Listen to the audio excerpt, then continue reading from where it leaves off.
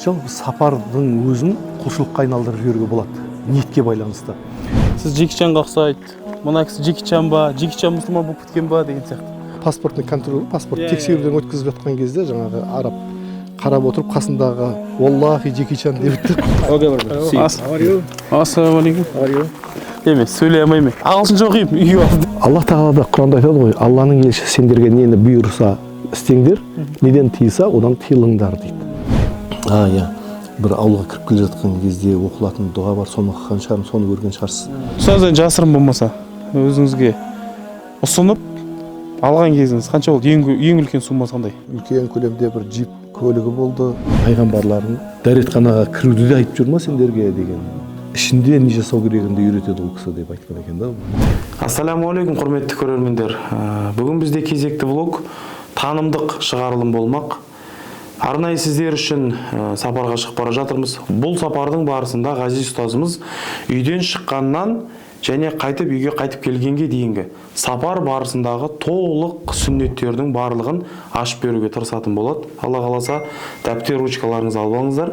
Және де оған қосымша имамдардың өмірімен танысатын боламыз. Ол жерде имамдар неке қиған кезде қанша теңге алады, және де имамдық өмірге қалай келді, не үшін бұл қызметте атқарып жүр, және ғазиз ұстазымыздың Джеки Чанмен кездесуі туралы сөз қозғайтын боламыз. Осы сұрақтардың жауабын алғыңыз келсе, видеоның соңына дейін қараңыз. Ендеше біз бастаймыз.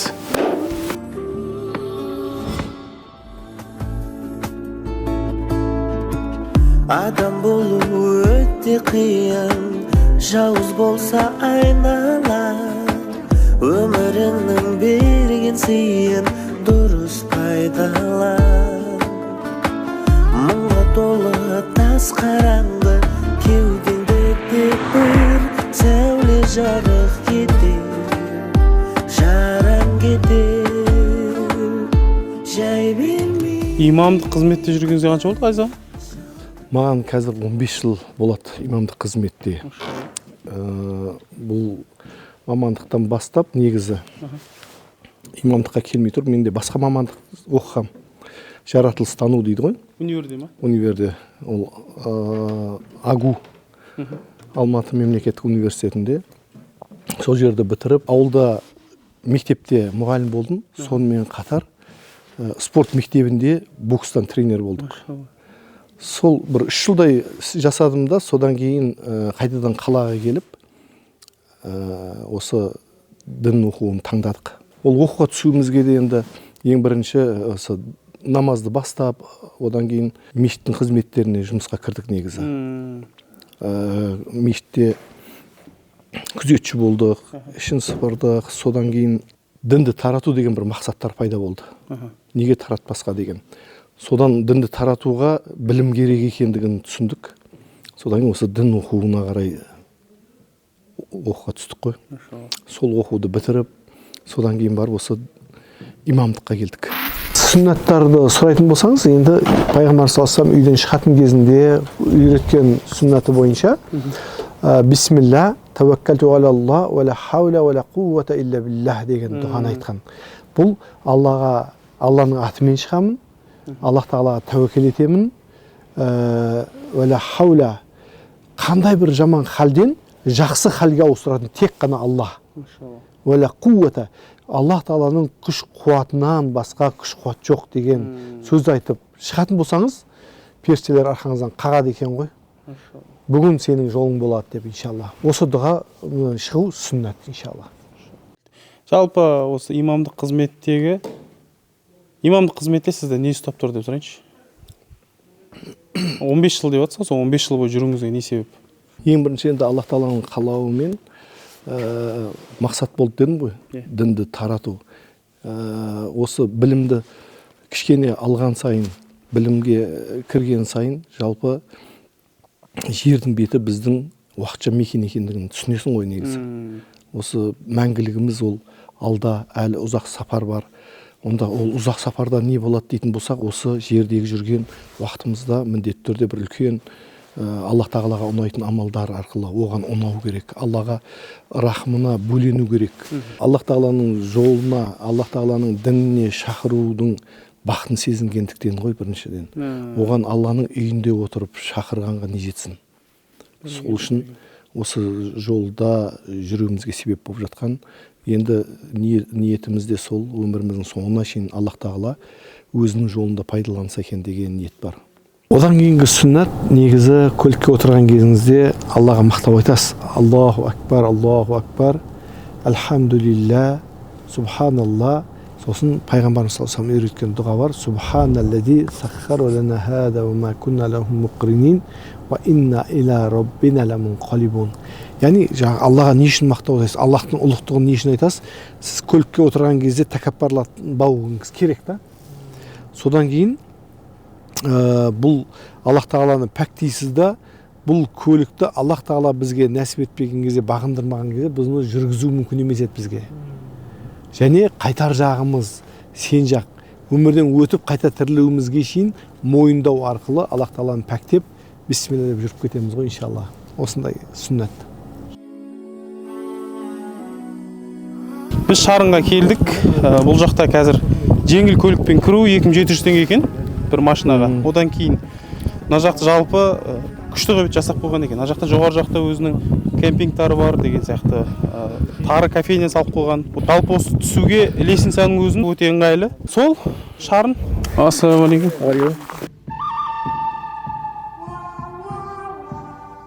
Емес, сөйлей алмаймын. Ағылшынша оқимын, үйге барды. Ассалаумағалейкум. Where are you from? India. Nice to meet you. Nice to meet you. Welcome to Kazakhstan. Yeah. Bitti, ketіңдер. Дым жоқ басқа айтатын. Қалайсыздар? Hello. Hello. Where are you from? I'm from Korea. Oh, nice to meet you. Welcome to Kazakhstan. Yeah, it's good. So look at all the landscape. So good. Good. I love it. All the Beshmark and the horse milk. The Horse milk? Yeah. Kamus and kurt. So good. Так, мынау не нәрсе? Жол былай қарай дейді. Қол жуатын бар екен. Осы жерге дейін 500 метр деген жазу қойдым, шатаспасам. Бұл жақтан андай кемпинг жасап қойыпты, кемпинг. Қарапайым. Отырып демалып аласыздар. Негізі мынаның іші мынандай склон болып орналасқанда, жалпы бас жағы мен өзен жағы, төмен жағы. Шығатын кезде кәдімгідей шаршайсыздар. Қазір енді күн салқындау ғой, кішкене ыңғайлы да. Жаздың күндері жанып тұрады, өйткені көлеңке жоқ та. Соған мынаның іші енді әдемі екен.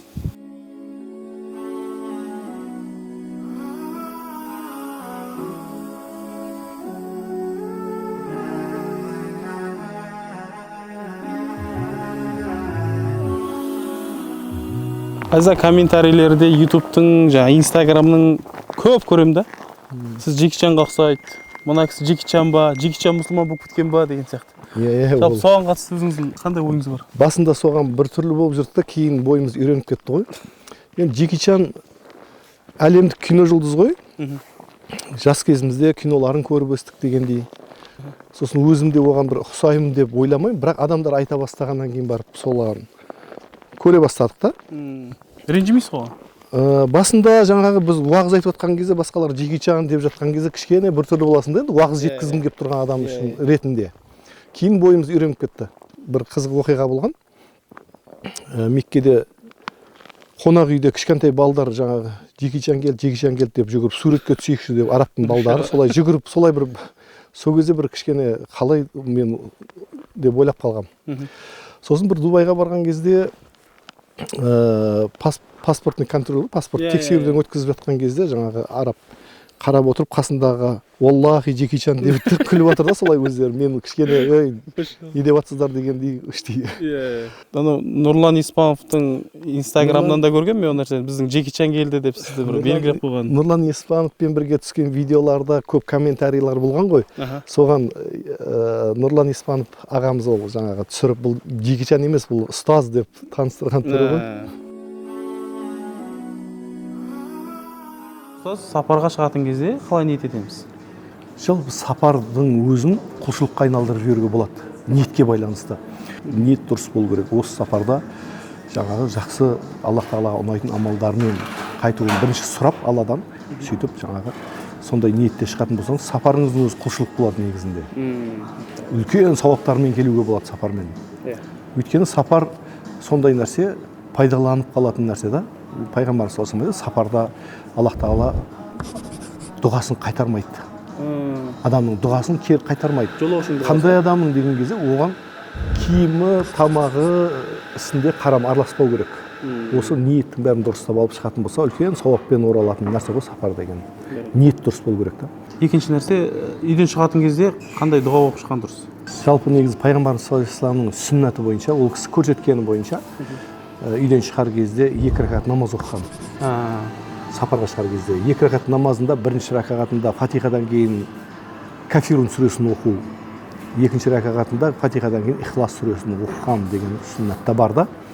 Сол 2 ракат намазынан кейін керемет бір дұғасы бар пайғамбар саллаллаху алейхи вассалам. Аллахумма инна нас'алука фи сафарина хадал бир ва тақуа деп келетін. Осы дұғасының ішінде бүкіл нәрсені қамтиды. Ол дұғаны кімде-кім оқып шығатын болса, өзін, отбасын, мал дүниесін Аллах тағала қорғап қояды қайтадан келгенше дейді негізі.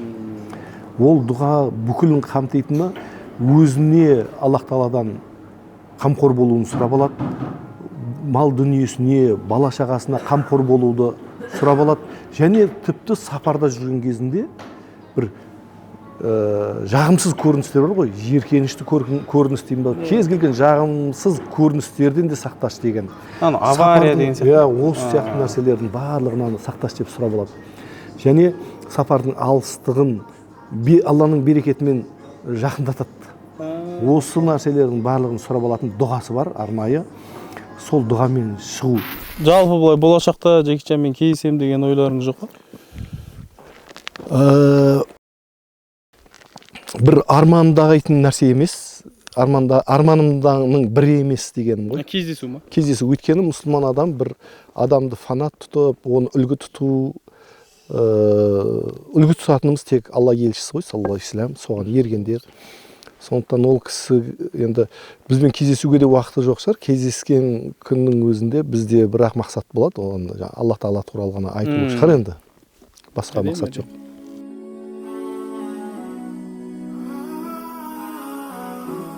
Тағы бір нәрсе, үйден шығатын кезде қандай амал жасаған дұрыс? Үйдің иесі ер кісі болғандықтан, әйел, бала шағалар, ата-аналар бола ма, үйдегілерді бүкіл жаңағы қажеттіліктерін өтеп кету, қажеттіліктер ас жағынан болсын, тағы басқа қажеттіліктерін бәрін өтеп кету сүннат. Пайғамбар саллаллаху алейхи вассалам бір сөзінде айтады, отбасын қараусыз қалдыру жеткілікті күнә деген.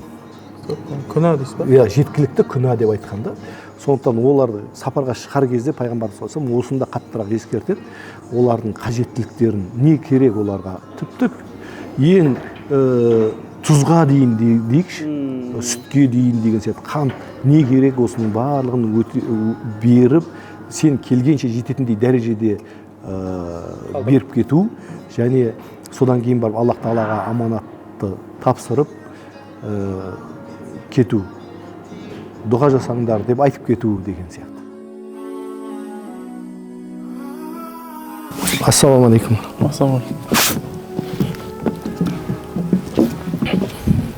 Таныс ба қайсынан кісілер? Жоқ, тану шарт емес. Жалпы қиямет жақындаған кезде адамдар тек танитын адамдарына ғана амандасады деген ғой. Сол есіме түсіп қиямет жақындатпайық деп, танысақ та, танымасақ та амандаса беру сүннат иншалла.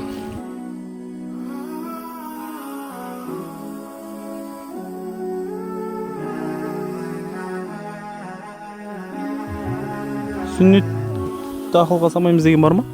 Аллах тағала Құранда айтады ғой, Алланың елшісі сендерге нені бұйырса істеңдер, неден тыйса одан тыйылыңдар дейді.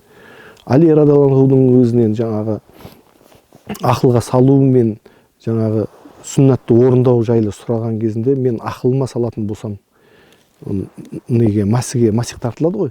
Сол кезде мен астына тартар едім, асты жаңағы бүлінеді ғой дейді да. Ал Алла елшісі саллаллаху алейхи көрсеткен кезде үстін көрсетті. Сондықтан оны ақылға салмаймыз. Бұның қағидасы осындай. Ақылға салмаймыз. Алланың елшісі нені айтты, соны орындаймыз ғой.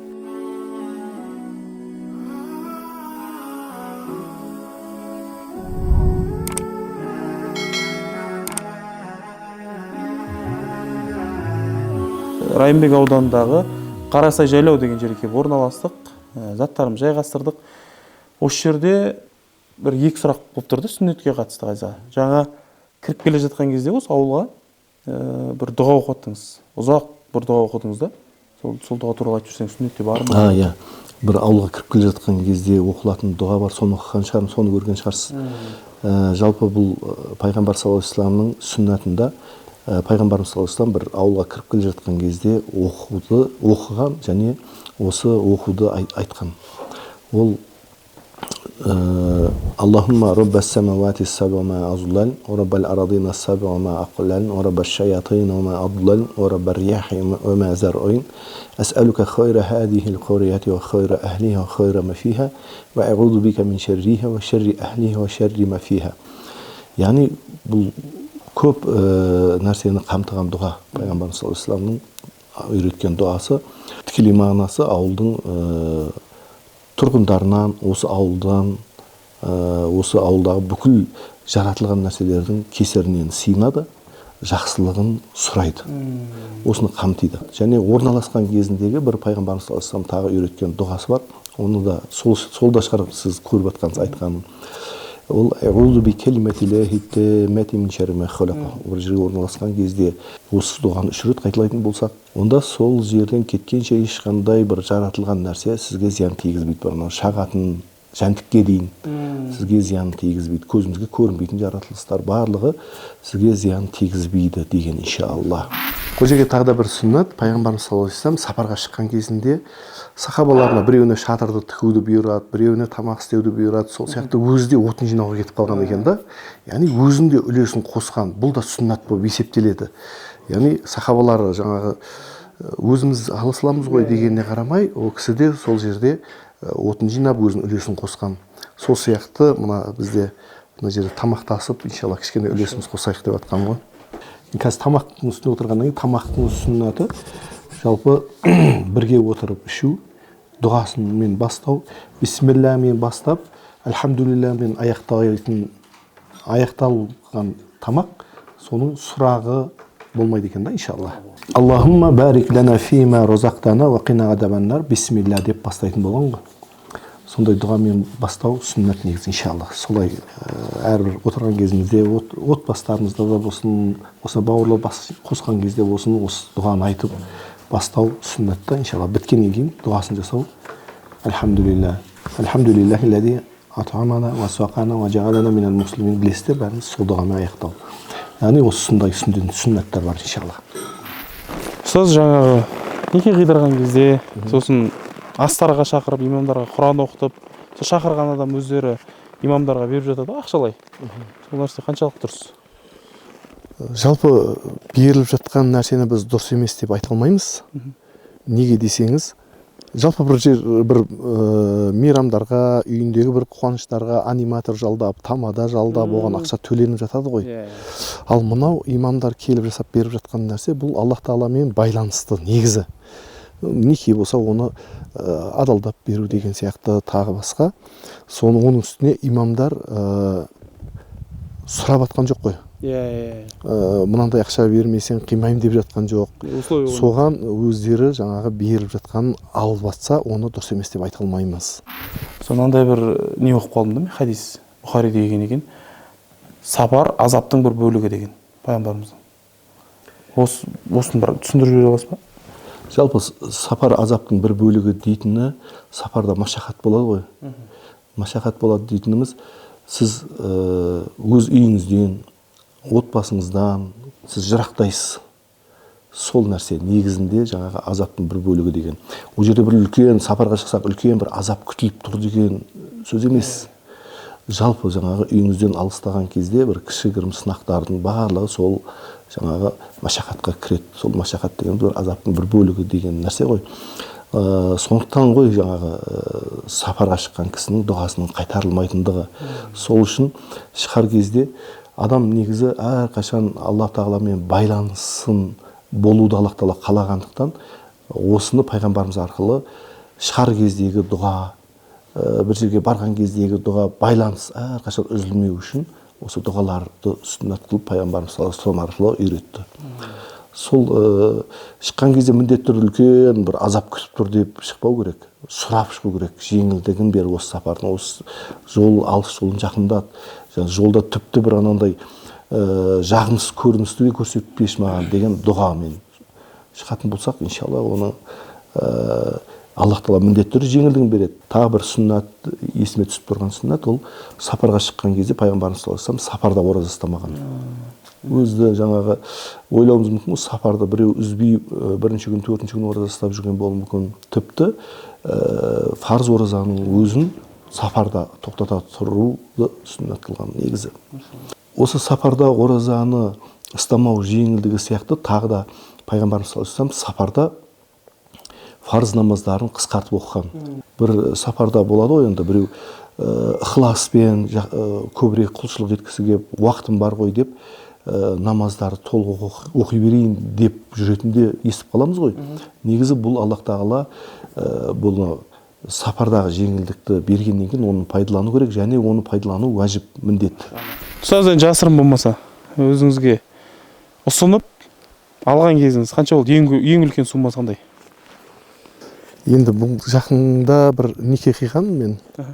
Сол некеде өте жақсы, жағдайы жақсы, өздері жақсы кісілер.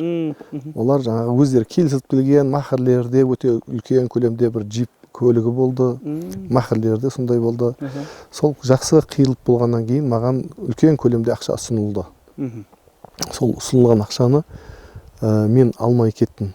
Неге десеңіз, мен өзімнің ұстанымым. Жалпы алуды дұрыс емес деп тұрған жоқпын. Алмау менің қазіргі нем, ұстанымым солай. Принципім солай. Ұстаз келіп орналасты ғой жалпы үйлерге. Сол сүннетте түнейтін жеріңе қарау деген нәрсе бар дейді. Сол қаншалықты рас?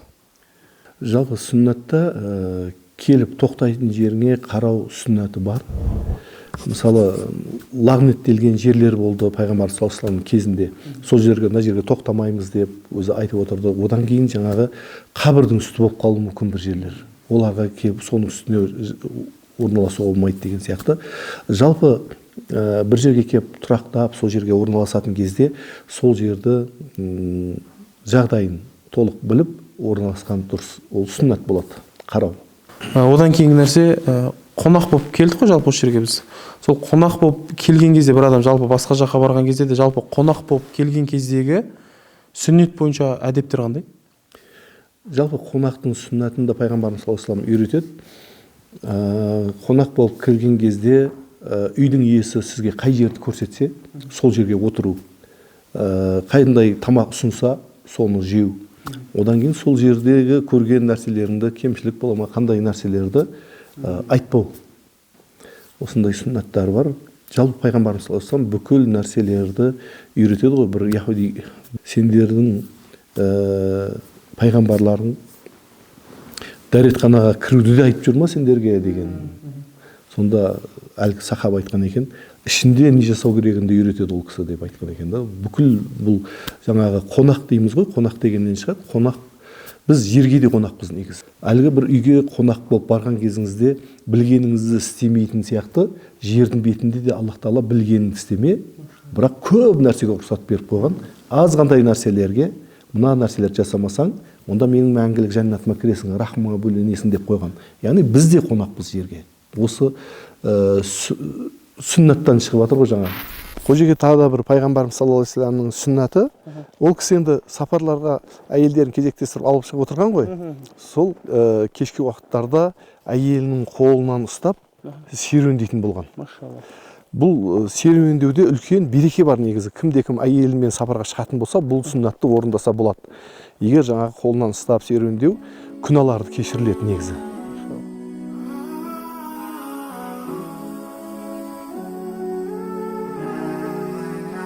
Алла разы болсын, ғазиз ұстаз. Керемет сапар болды негізі. Біраз естімеген сүннеттер ашылды өз басыма. Алла разы болсын. Енді қайтар жолда бір қысқаша сүннеттерді ашып кетсеңіз сонымен. Жалпы пайғамбарымыз саллаллаху алейхи вассалам қайтып келе жатқан кезіндегі дұғасы, жаңа шыққан кездегі дұғасы бар ғой, толық дұғасы. Сол дұғаны оқыған, сапардың дұғасын соған қосымша мына дұғаны айтқан. Айбуна таибуна ғабидуна лироббина хамидун деген дұғаны оқығанда, бұның мағынасы біз оралдық, тәубе еттік, ғибадат жасадық, әрі Алла Раббымызға мақтау айттық деген дұға ғой. Осы дұғамен қайтқан. Сосын пайғамбарымыз саллаллаху алейхи вассалам қайтып келген кезінде енді үйі мешіттің қасында болды ғой. Бірінші мешітке кіріп 2 рәкат намаз. 2 рәкат намаз шүкір намазы. Біз мешітке келу мүмкіндік болмаса, үйге келген кезімізде 2 рәкат намаз оқып алу шүкір ретінде сапарда аман есен барып келуімізге Аллах тағала нәсіп етті деп шүкір 2 рәкат шүкір намазын оқып алу сүннат. Сосын келе жатқан кезде отбасында жаңағы сіздің дұғаңыз жасап қалған отбасыңыз бар ғой? Сол кісілерді қуандыру үшін кішкене сыйлық алу да сүннат. Иншалла. Осындай сүннаттар бар. Алла берекет берсін.